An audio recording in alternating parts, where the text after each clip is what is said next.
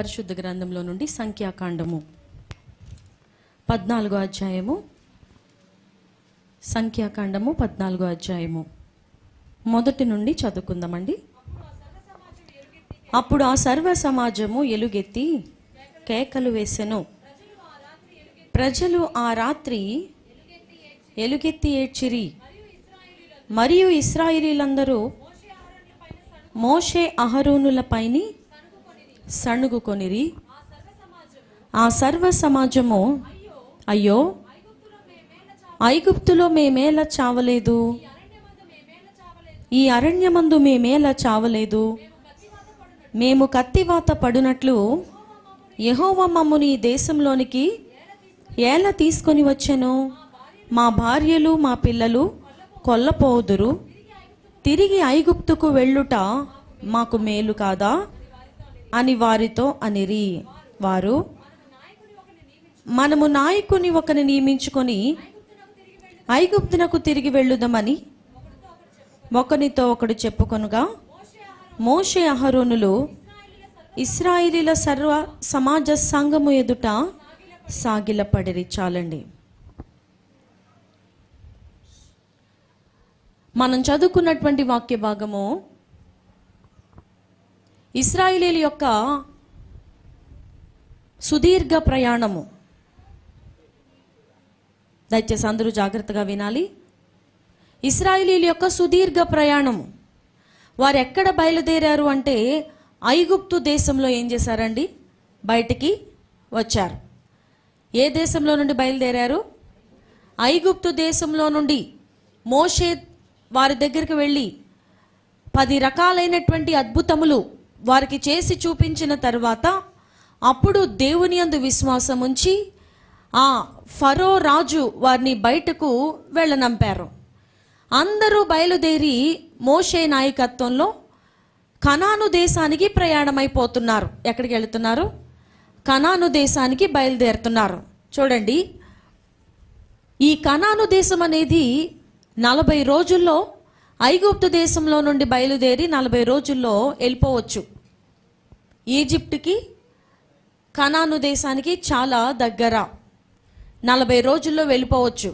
కానీ దేవుడు వారికి విశ్వాసాన్ని నేర్పించడానికి కనాను దేశాన్ని ఊరికే వారికి ఇచ్చేస్తే దాని విలువ వారికి తెలియదు. సులువైనదిగా వారి చేతులకు అప్పచెప్తే దానిలోనికి వెళ్ళిన తర్వాత వారు నిజ దేవుణ్ణి వారు తెలుసుకొనరు. ఎంత కష్టపడితే మాకు ఈ దేశం వచ్చిందో అని కృతజ్ఞత భావం కూడా కనీసం లేకుండా వారు వేరైనటువంటి విధంగా జీవిస్తారేమో అని ప్రభు ఏం చేశారంటే 40 సంవత్సరాలు ఏం చేశారండి? 40 సంవత్సరాలు వారు తిరుగులాడారన్నమాట. 40 రోజుల్లో వెళ్ళవలసినటువంటి ప్రయాణాన్ని ఎన్ని సంవత్సరాలు ప్రయాణించారు? 40 సంవత్సరాలు ఐగుప్తు దేశంలో నుండి కనాను దేశం వరకు వారు ప్రయాణిస్తూనే ఉన్నారు. చూడండి, ఈ ప్రయాణంలో నిర్గమకాండములో మొదలైంది వారి ప్రయాణము. సంఖ్యాకాండము దగ్గర ద్వితీయోపదేశ కాండము వచ్చు వరకు కూడా వారి ప్రయాణంలో జరిగినటువంటి వాటన్నిటిని గురించి దేవుడు రాసి ఉంచారు. ఈ ప్రయాణంలోనే ఎర్ర సముద్రాన్ని పాయలు చేశారు. ఈ ప్రయాణంలోనే యోర్దాను పాయలు చేశారు. యోర్దాను నది గుండా వారు నడిచిపోయారు. ఈ ప్రయాణంలోని ఎరుకో గోడలను దేవుడు వారి ముందు కూల్చారు. ఈ ప్రయాణంలోనే రాతి పలకల మీద పదాజ్ఞలను దేవుడు వారికి ఏం చేశారు? ఇచ్చారు. ఈ ప్రయాణంలోనే పరలోకపు మన్నాను, దేవదూతలు భుజించే ఆహారమును వారు భూమి మీద మనుషులుగా భుజించారు. ఈ ప్రయాణంలోనే మందసాన్ని వారు తయారు చేసుకున్నారు, దేవుడు తయారు చేయించారు. ఈ ప్రయాణంలోనే దేవుడు వారికి అనేకమైనటువంటి ఆజ్ఞలను, కట్టడలను, నిబంధనలను అన్ని రకాలుగా ఎలా ఏమి చేయాలి, ఒక స్త్రీ కడగా ఉంటే ఏం చేయాలి, ఒకడు పాపం చేస్తే ఏం చేయాలి, బలి ఎలా అర్పించాలి, అంతా కూడా ఈ ప్రయాణంలోనే వారికి గొప్ప బోధకునిగా ప్రభు ఉండి వారికి ఏం చేశారండి? అన్నీ నేర్పించారు. ఐగుప్తు దేశంలో నుండి బయటకు వచ్చేటప్పటికి ఇశ్రాయేలీయులకి ఏమీ తెలియదండి. వారు ఎప్పుడైతే స్టెప్ అవుట్ అయ్యారో, ఎప్పుడైతే దేవుని మాటకు లోబడి వారు కనాను దేశమునకు ప్రయాణం అవడానికి ఇష్టపడి బయటకు వచ్చారో దేవుడు అన్నిటినీ వారికి చెప్పుకుంటూ వచ్చారు. ఇంకా ఇంత లక్షల మంది జనానికి ఒకే ఒక్క నాయకుడిని నియమించి వారికి పగలు మేఘస్తంభాన్ని ఇచ్చారు, రాత్రి అగ్నిస్తంభాన్ని ఇచ్చారు. వర్షము పడకుండా, వారికి కాలు వాయకుండా, వారి బట్టలు మాసిపోకుండా, వారి బట్టలు పాతగిలకుండా, వారికి ఎక్కడ కూడా ఇబ్బంది కలగకుండా మేఘస్తంభము కింద, అంటే మేఘము వారి మీద ఉండేటట్టు, ఎక్కడ ఎండ రాకుండా. వేసవకాలం అయితే విపరీతమైన ఎండ ఉంటుంది ఆ ప్రాంతంలో, మరి ఐగుప్తు దేశ ప్రాంతంలో. ఆ ఎండ కూడా పడకుండా వారి మీద మేఘస్తంభముగా ప్రభు ఏం చేశారు, వారికి 40 సంవత్సరాలు తోడుగా ఉన్నారు. రాత్రికాల సమయంలో వారు గుడారాలు వేసుకుంటున్నప్పుడు అక్కడ మరి వారికి లైటింగ్ ఎక్కడిది? ఆయనే అగ్నిస్తంభముగా పాళెములో ఉన్నారు. వారందరికీ ఒకటే లైటింగ్ ఏంటంటే యేసుప్రభు వారే అగ్నిస్తంభముగా వారి మధ్యలో అలా నిలబడిపోయేవారట. మేఘస్తంభముగా వారి పైన, వారు ఎక్కడ నడిస్తే అక్కడ మేఘము, వారు ఎక్కడ ఆగిపోతే ఆ మేఘం అక్కడ ఆగిపోయేది. వారు ఎటు నడిస్తే అగ్నిస్తంభము వారితో కూడా నడిచేది. ఆ ప్రయాణములోనే వారు గర్భవతులయ్యారు, స్త్రీలు పిల్లల్ని కన్నారు. కొంతమందిగా బయటకు వచ్చిన వారు కనాను దేశంలోనికి ప్రవేశించేటప్పటికి కొన్ని లక్షల మందిగా మారిపోయారు. అన్ని రకాల సుఖ సంతోషాలు, సౌకర్యాలు, ఇబ్బందులు, కష్టాలతో కూడినటువంటి ప్రయాణమే ఈ ఐగుప్తు దేశం నుండి కనాను దేశానికి వచ్చే సుదీర్ఘమైన ప్రయాణం. ఈ ప్రయాణాన్ని మనము మన ఆత్మీయ జీవితానికి అన్వయించుకుంటే, మనము ఇహలోక సంబంధమైనటువంటి మన భక్తి జీవితానికి మనం పోల్చుకుంటే, అది ఈ లోకమనే కనాను, ఈ లోకమనే ఐగుప్తు నుండి పరమ కానాను అయినటువంటి పరలోక రాజ్యమునకు ప్రయాణమే ఆ రోజున ఇశ్రాయేలీలు శరీర సంబంధులుగా చేసినటువంటి ఆ ప్రయాణము. మన ఆత్మీయ జీవితంలో మన ప్రయాణం ఏంటంటే ఈ లోకమనే ఐగుప్తు. ఈ లోకం ఏంటంటే ఒక ఐగుప్తు. ఈ లోకం అనేటువంటి ఐగుప్తులో నుండి మనం ఎక్కడికో ప్రయాణిస్తున్నాం. ఎక్కడికి? కనాను అనే పరలోక రాజ్యానికి. కనాను దేశము పాలు తేనెలు ప్రవహించే దేశము. కనాను దేశము ఎంతో సమృద్ధి కలిగిన దేశము. కనాను దేశంలో ఉన్నటువంటి ఆ పండ్లు కూడా చాలా పరిపక్వత చెందినటువంటివిగా ఉన్నట్టుగా మనం చూస్తాం. అక్కడ ద్రాక్ష గెలను దండతో ఇద్దరు మోస్తారంట. ద్రాక్ష గెల చాలామంది ఇళ్లలో పెంచుకుంటారు, మనం బయట అమ్ముతే చూస్తాం. దాన్ని మనుషులెవరు దండితో మోయాల్సిన పని లేదు, మనం ఒక కవర్లో తెచ్చుకుంటాం, చిన్న చిన్నగా ఉంటాయి. కానీ కనాను దేశంలో దేవుడు వారికి ప్రమాణపూర్వకంగా ఇస్తాను అని చెప్పినటువంటి ఆ దేశంలో ఉన్నటువంటి పండ్లు ఎలా ఉంటాయి అంటే, ఒక్కొక్క ద్రాక్ష గెలని దండ వేసి ఇద్దరు మనుషులు మోయవలసి వచ్చేదంట. అంత పెద్ద పెద్ద ద్రాక్ష పళ్ళు కలిగిన దేశము. కొండను త్రవ్వి బంగారము తీయవచ్చు, రాగి తీయవచ్చు, ఇనుము తీయవచ్చు, పాలు తేనెలు ప్రవహించే దేశము. మీరు నాటని ద్రాక్ష తొట్టలు, పెట్టని పోయి అక్కడ ఉన్నది, మీరు కట్టుకోక్కర్లేకుండా ఇండ్లు మీ కొరకున్నాయి, ఎన్నో రకాలైనటువంటి సంపదలు మీకు ఆ దేశంలో దాసి ఉంచానని దేవుడు చెప్పారు. మరి పరలోక రాజ్యం ఎలాంటిదండి? మనం అక్కడికి వెళ్ళి వంట చేసుకోవాల్సిన అవసరం ఉందా? మనం అక్కడికి వెళ్ళి సిమెంటు, ఇటుకలు, లేకపోతే ఇసుక తెచ్చి మనం నివాసము కట్టుకోవాల్సిన అవసరం ఉందా? మనం కష్టపడి డబ్బులు సంపాదించి ధనవంతులుగా కొందరు, పేదవారిగా కొందరు ఉంటామా అక్కడ? లేదు. అన్నీ ముందుగానే దేవుడు మన కొరకు సిద్ధపరిచి ఉంచిన ఆ పరమ కానాను దేశమునకే మన యొక్క ప్రయాణము. ఆ ప్రయాణములో వారు ఎన్నో అద్భుతములు చూశారు. దేవుడు వారికి ఎన్నో అద్భుతములు చూపించారు. ఎందుకంటే విశ్వాసములో వారిని బలపరచు నిమిత్తమై.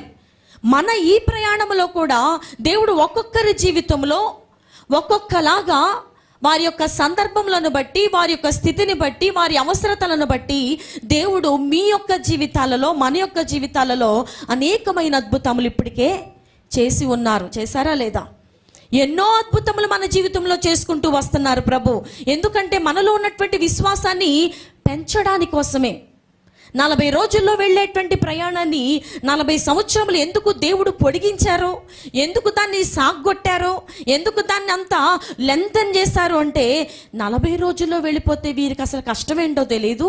ఈ 40 రోజుల్లో వీరు పిల్లల్నే కంటారు, లేకపోతే భర్తలతోనే ఉంటారు, లేకపోతే మోషే మీద సణుకుంటారు. వెంటనే కనాను దేశంలోనికి వెళ్ళిపోతే, ఓ సింతే కదా కనాను దేశం అంటే, అదేదో మేము ఎప్పుడో వెళ్ళిపోదాం కదా. ఎప్పుడో మేము ఈ మార్గం మాకు ఎప్పుడూ తెలుసు, ఈ మార్గము మా వాళ్ళు ఎల్లు వస్తూ ఉండేవారు, ఈ కానాను దేశం మాకెందుకు తెలియదు, మేము చాలాసార్లు వెళ్ళొచ్చామని చిన్న చూపు చూస్తారు. ఆ కానాను దేశం యొక్క విలువ వారికి తెలియదు. అందుకనే దేవుడు 40 సంవత్సరాలు వారిని తిప్పి తిప్పి తీసుకొచ్చారు. ఆ 40 సంవత్సరాలలోనే అనేకమైన అద్భుతములు దేవుడు చూపించారు. ఈ మన జీవిత ప్రయాణంలో దేవుడు మనకి అనేకమైనటువంటి శ్రమల గుండా, అనేకమైనటువంటి ఇబ్బందుల గుండా మనల్ని తీసుకెళ్తూ ఉంటారు. ఆ ఇబ్బందులు చూసినటువంటి ఇశ్రాయేలీలు ఐగుప్తు దేశంలో వెట్టి చాకరీ చేసినటువంటి మనుషులు వీళ్ళంతా ఏం చేశారండి? వెట్టి చాకరీ. ఎలాంటి వెట్టి చాకరీ అంటే రామసేసు అనే పట్టణములను కట్టారు ఫరో. ఆ పట్టణములను కట్టడానికి కావలసినటువంటి, ఇప్పుడు చూడండి, ఈజిప్టియన్ పిరమిడ్స్ అంటారు, విన్నాం కదా? ఈజిప్టియన్ పిరమిడ్స్ ఈ ప్రపంచ అద్భుతాలలో వండర్స్లో ఒక wonder. 7 wonders of the world అంటారు. ఆ 7 వండర్స్లో ఈజిప్టియన్ పిరమిడ్స్ ఒకటి. ఆ పిరమిడ్స్ ఎవరు కట్టారు? ఇశ్రాయేలీల సహకారముతోని ఆ రోజు ఉన్నటువంటి రాజులు ఏం చేశారు? కట్టారు.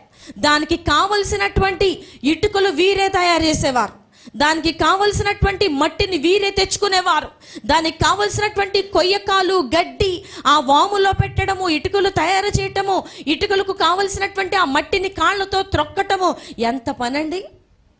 పెద్ద పెద్ద బండలను తీసుకొచ్చి మొయ్యటము, వాటిని లాగటము, అన్ని కష్టపడినటువంటి మనుషులు. ఆ కష్టములోనే ప్రభువుకి మొరపెట్టారు. ప్రభువా, దేవా, అబ్రహాముతో మాట్లాడి నేను నిన్ను మర్చిపోను, నీ సంతానము ఆకాశపు నక్షత్రముల వలె, సముద్రపు ఇసుకరేణుల వలె అయిపోతుందని చెప్పి ఎంతో వాగ్దానములు చేసినటువంటి దేవా, మమ్మల్ని మీరు మర్చిపోయారా అని ఇశ్రాయేలీలందరూ ఎలుగెత్తి ఏడ్చినప్పుడు, మొర్రపెట్టినప్పుడు దేవుడు వారిని జ్ఞాపకం చేసుకున్నారు. అబ్రహాముతో ఆయన చేసినటువంటి నిబంధన జ్ఞాపకం చేసుకున్నారు. ఇశ్రాయేలీలకు విముక్తి ఇవ్వాలని తలంచారు. వెట్టి చాకరీలో నుండి, ఆ ఫరో రాజు యొక్క హస్తములలో నుండి, ఆ యొక్క కష్టములో నుండి, ఏడుపులో నుండి, బాధలో నుండి దేవుడు సంతోషము పడే, ఆనందపడే, సుఖపడే, ఏమి కష్టపడక్కర్లేకుండా ఉండే కనాను దేశమునకు తీసుకుని వెళ్ళాలని దేవుడు ప్రయాసపడుతున్నారు. అయితే మధ్యలో వీళ్ళు ఏం చేస్తున్నారు? ఇప్పుడు మనం చదువుకున్నటువంటి సంఖ్యాకాండము 14వ అధ్యాయము ప్రారంభంలో ఏమని చదువుకున్నామండి? అప్పుడు ఆ సర్వ సమాజము ఎలుగెత్తి కేకలు వేశారు. ఏం చేశారంటే వీళ్ళు, ఇశ్రాయేలీలు సర్వ సమాజము కనాను దేశానికి వెళ్ళే మధ్యదారిలో ఉన్నారు ఎక్కడో. ఈ సర్వ సమాజం అంట ఏం చేస్తున్నారంట? కేకలు వేసేస్తున్నారు ఎలుగెత్తి. అయ్ బాబోయ్ అని చెప్పి గట్టిగా కేకలు వేస్తున్నారు, ఎలుగెత్తి ఏడుస్తున్నారు. ఎవరి గుడారంలో వారు కూర్చుని ఏడుస్తున్నారు, ఎవరి ఇంటి ముందు వారు కూర్చుని ఏడుస్తున్నారు, ఎవరి భర్తల దగ్గర వారు కూర్చుని ఏడుస్తున్నారో, ఎవరి పిల్లలు వారి దగ్గర పెట్టుకుని ఏడుస్తున్నారు. ఎందుకు ఏడుస్తున్నారో తెలుసా అండి? ఇంకా మనం కింద చదువుకున్నాము, ఈ ఐగుప్తు దేశంలో నుండి మమ్మల్ని ఎందుకు తీసుకొచ్చావు మోషే? మాకు ఐగుప్తు దేశంలోనే చాలా బాగుంది, ఐగుప్తు దేశంలోనే మేము తిన్న కీరకాయలు గుర్తొస్తున్నాయి, మేము తిన్న ఉల్లిగడ్డలు జ్ఞాపకం వస్తున్నాయి, మేము అక్కడ తిన్నటువంటి మాంసము మాకు గుర్తొస్తుంది, అక్కడ మేము ఎన్నో కూరలు వండుకున్నాం. ఈ అరణ్యంలో, ఈ ప్రయాణంలో, ఈ కనాను దేశానికి వెళ్ళే ప్రయాణంలో మాకు ఈ మన్నా తప్ప ఏమీ లేదు. మాకు ఆహారానికి దేవుడిచ్చే ఆ కొత్తిమీర గింజల్లాంటి ఆ మన్నా తప్ప, తేనెతో కలిపినటువంటి ఆ యొక్క టేస్ట్ తప్ప మాకు మసాలాలు తగలట్లేదు. ఏం తగలట్లేదు? మన్నా ఎలా ఉండేదట? తేనెతో కలిపిన అపూపం వల్లే ఉండేదంట. కొత్తిమీర గింజల్లా అంటే ధనియాల్లాగా ఉండేది మన్నా. అదంతా తెల్లని మంచు కణమల్లాగా వారి పాళెముల బయట అలా దేవుడు పడజేసినప్పుడు తెల్లవారేసరికి మంచంతా విడిపోయి చక్కగా గింజలు కనపడుతున్నప్పుడు వారు దాన్ని కూర్చుకొని కొంతమంది రొట్టెలు చేసుకున్నారు, కొంతమంది వాటిని ఉడకబెట్టుకుని తిన్నారు, ఏంటో చేశారు. కొన్ని సంవత్సరాలుగా వారు తింటున్నటువంటి ఈ మన్నా వారికి నచ్చలేదు. తీపి తీపి తిని వారికి బోరు కొట్టేసి మోషే మీద సణుక్కుంటున్నారు, మోషే మీద గొణుగుతున్నారు, దేవుని మీద ఆయాసపడుతున్నారు. ఈ తీయగా ఉండేటువంటి మన్నా మాకొద్దు, మాకు మసాలాలు దట్టించినటువంటి చేపలు కావాలి, మాకు ఉల్లిగడ్డలు కావాలి, మాకు దోసకాయలు కావాలి, మాకు ఇంకేదో బంగాళదుంపలు కావాలి, ఆ కూర కావాలి, ఈ కూర కావాలని ఏడుస్తున్నారు. ఏం చేస్తున్నారండి? ఏడుస్తున్నారు, తిండి కొరకు ఏడుస్తున్నారు. ఇది చూసినటువంటి దేవుడు మోషేతో అన్నారు, నేను వారికి మాంసం పెడతాను మోషే అన్నారు. అప్పుడు మోషే అంటారు, ప్రభా ఇంతమంది జనానికి మాంసం పెట్టాలంటే ఎన్ని ఎడ్లు కొయ్యాలి, ఎన్ని జంతువులని చంపితే వీళ్ళందరికీ నేను మటన్ కర్రీ వండగలను ప్రభా, వీళ్ళందరికీ నేను చికెన్ ఎక్కడ తెచ్చి పెట్టను, వీళ్ళందరూ మాంసము కావాలని ఏడుస్తున్నారు, వీళ్ళందరికీ మాంసము నేను ఎక్కడ తెచ్చి పెట్టను, సముద్రంలో ఉన్నటువంటి చేపలన్నిటినీ తెచ్చినా వీరికి నేను పెట్టగలను. ఎందుకంటే వాళ్ళు ఎంతమంది ఉన్నారండి? లక్షల మంది. లక్షల మంది జనానికి మాంసము ఎవరు వండగలరు, ఎవరు తెచ్చి దాన్ని సిద్ధపరచగలరు, ఎన్ని జంతువులను చంపాలి. మోషే అలాగూ ప్రభు ముందు పెట్టి బాధపడుతున్నప్పుడు, ప్రభా అనవసరంగా ఐగుప్తు దేశంలో నుండి బయటకు తీసుకొచ్చావు కదా తండ్రి, నేను వీరిని మొయ్యలేకపోతున్నాను, ఎంత ఏడుస్తున్నారో తెలియదు, నన్ను విసిగిస్తున్నారు అనుకోండి.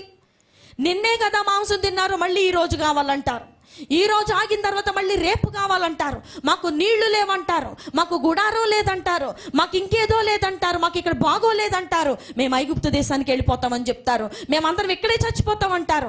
ఒక్కొక్కళ్ళు ఒక్కొక్కలాగా 25 లక్షల మంది జనము వారి గళాలు విప్పి కేకలు వేసి ఏడుస్తుంటే నేను ఒక్కడిగా ఏమి చేయను ప్రభా, మీరొక్కసారి మాట్లాడండి నాయనా, ఏమి చేయను నేను ఈ జనాల్ని, ఈ అరణ్యంలోనే వీరిని ఇలా వదిలిపెట్టేసి నన్ను చంపేయి బాబు.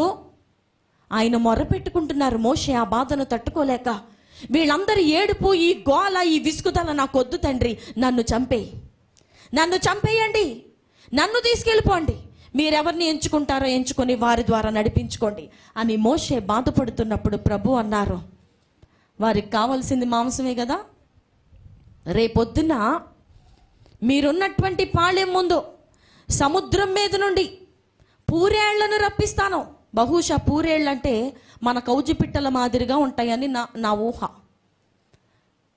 పూరేళ్లను రప్పిస్తాను, అవన్నీ వచ్చి మీ పాళెముల బయట వాలి ఉంటాయి, అవి ఎక్కడికి ఎగిరిపోవు. మీరు వాటిని పట్టుకుని రెక్కలిరిచి తల విరిచి లోపల పేగులన్నీ బయట తీసి మీరు కూర వండుకునేదాకా అవి మీ పాళాల దగ్గరే ఉంటాయి. వాటన్నిటినీ సమకూర్చుకోండి, ఎంత మాంసము కావాలంటే అంత మాంసము తినండి అని దేవుడు ఒక పెద్ద పని పెట్టుకున్నారు. ఆయనకి పని కాదులేండి. సముద్రం మీద నుండి అనేక లక్షల పూరేళ్ళు దేవుని మాట చొప్పున అవి ఎగురుకుంటూ వచ్చి ఆ ఇశ్రాయేలీల గుడారాల బయట వాలినప్పుడు తెల్లారి లేసి ఇశ్రాయేలీలందరి కళ్ళు సంతోషంతో నిండిపోయినాయి. ఈ పెట్టలన్నీ మనం ఆల్రెడీ ఐగుప్తులో ఏం చేసాం, మంచిగా రోస్ట్ చేసుకుని తిన్నాం. కౌజు పిట్టలు మీరు ఎక్కడైనా బయట కర్రీ పాయింట్ బయట చూసారండి? చక్కగా 2 కాళ్ళు 2 చేతులు ఇలా పెట్టి దాన్ని అలాగే ఫ్రై చేస్తాడు. దాన్ని చూస్తే భలే కామెడీగా ఉంటుంది అన్నమాట. పిట్ట, చిన్న పిట్ట, దాన్ని ఏమి విడదీయరు, ఇంకా అలా ఆ పిట్ట మాదిరిగా అలా పెడతారు. ఇప్పుడు ఇశ్రాయేలీలు కూడా పూరేళ్లను చూసినప్పుడు మాకు మాంసము దొరికిందని ఎంత కూర్చుకున్నారో వాళ్ళకే తెలియదు. కొండలు కొండలు వండుకొని తింటూ ఉండగానే దేవుని కోపం వారి మీద ఏమైంది, రగులుకుంది.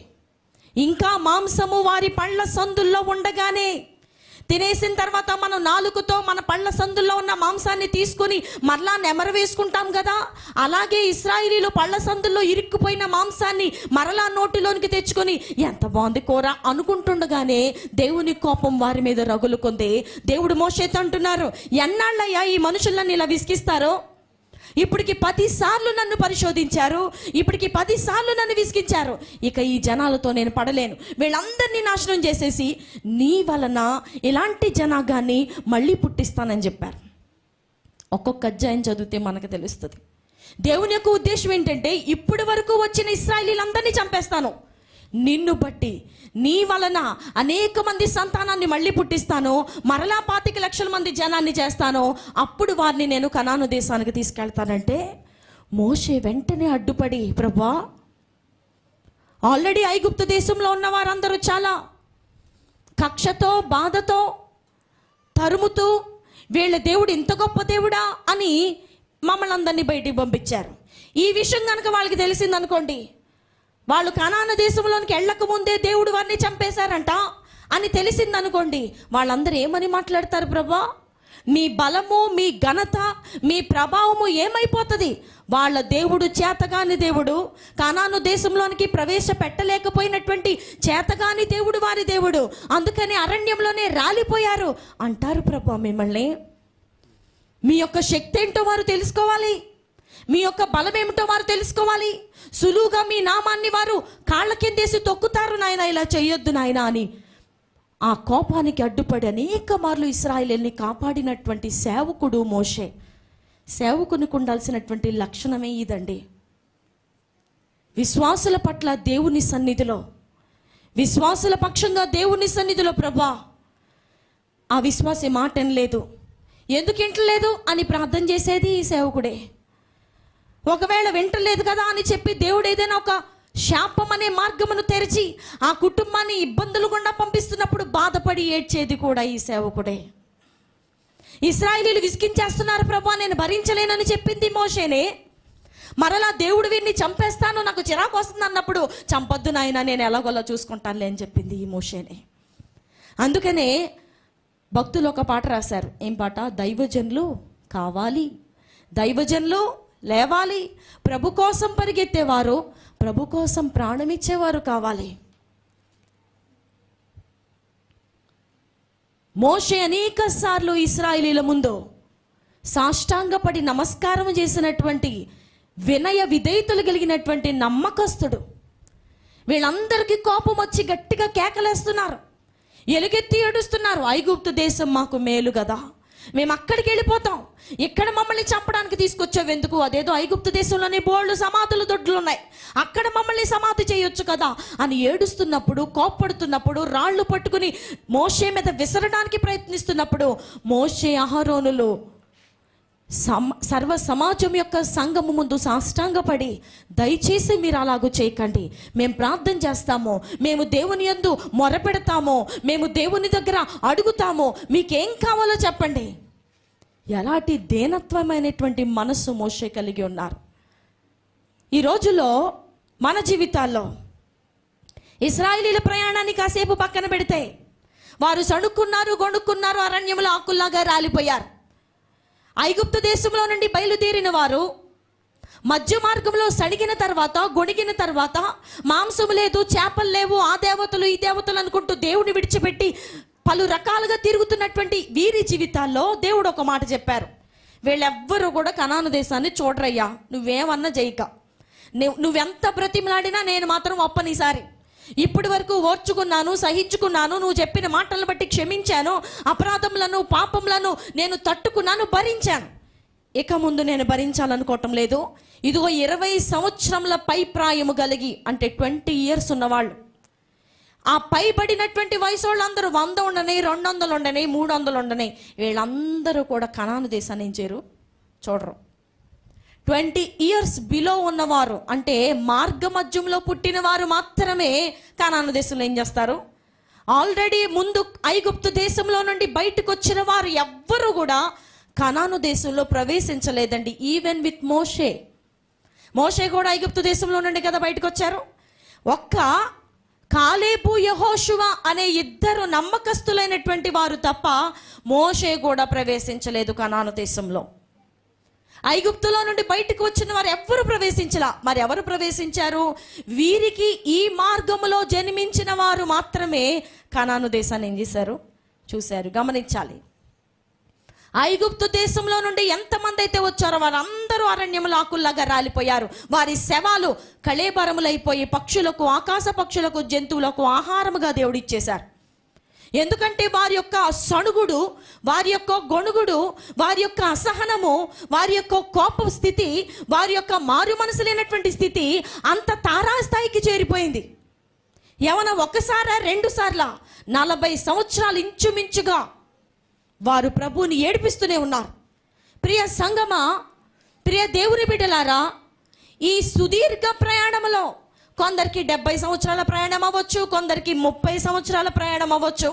మన ఈ ప్రయాణంలో, పరలోక రాజ్యమునకు చేర్చబడే ఈ ప్రయాణంలో అనేక రకాల కష్టముల గుండా మనం వెళ్ళవలసి వచ్చును.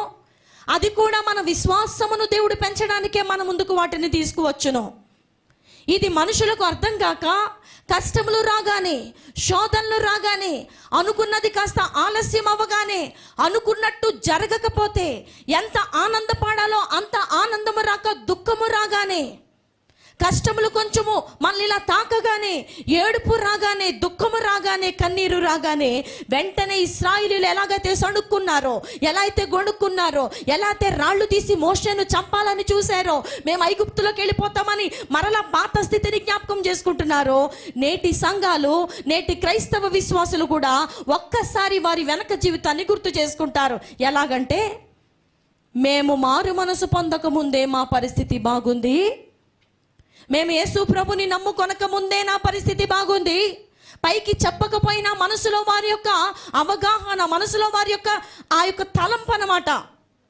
నేను యేసు ప్రభులోనికి వచ్చిన తర్వాత కంటే యేసు ప్రభుని నమ్ముకొనక ముందే బాగున్నాను, ఈ సంఘమునకు రాకముందే బాగున్నాను, ఈ సంఘమునకు వచ్చిన తర్వాత నా పరిస్థితి లాగైపోయింది, ప్రభుని నమ్ముకున్నాక నా పరిస్థితి లాగైపోయింది, యేసు ప్రభు కొరకు అన్ని వదిలిన తర్వాత నా జీవితం ఇంత దిగజారిపోయింది అని అనుకుని గొణుక్కునేవారు, సణుక్కునేవారు, ఏడ్చేవారు, కేకలు పెట్టేవారు, ఎలుగెత్తి మొరపెట్టేవారు నేటి సంఘాల్లో ఉన్నారు.